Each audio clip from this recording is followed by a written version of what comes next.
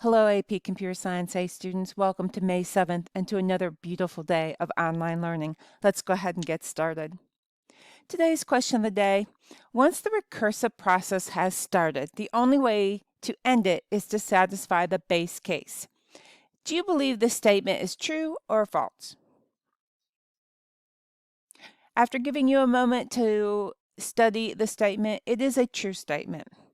Remember that a recursive method is a method that is recalling itself, and eventually you've got to reach base case in order to work your way back up to solve the method. Make sure you go over to It's Learning, mark true for May 7th question of the day.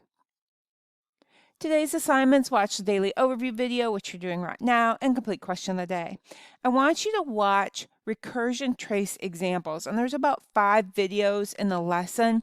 You may not need to watch all 5, but all 5 are there to help you to complete the recursion practice worksheet. And then I want you to read and watch the section on tail recursion that's in the lesson. Most importantly, please read the important information on the AP test for those of you who are taking the AP test. This is designed to help you get ready for the changes that are on the AP test this year as a result of the COVID-19.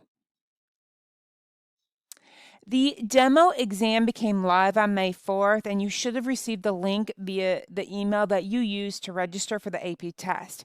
You can also access the demo by following cb.org/APdemo. After clicking on the link, it will ask you to enter your AP ID number.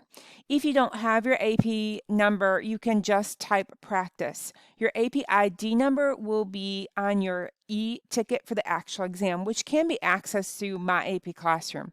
The goal of the demo exam is to allow students to get a feel for the platform, decide which device you want to take the exam on, and decide how you will submit your work, whether you're going to copy and paste, you're going to submit as a picture, or you're going to submit as an attachment.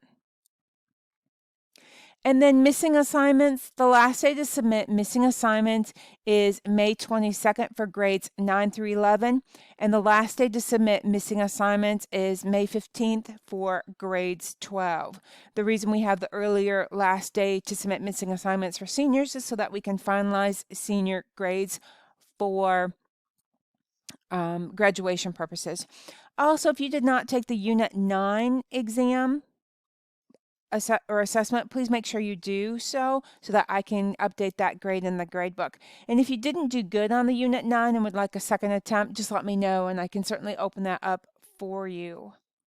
There is no assessment for Unit 10.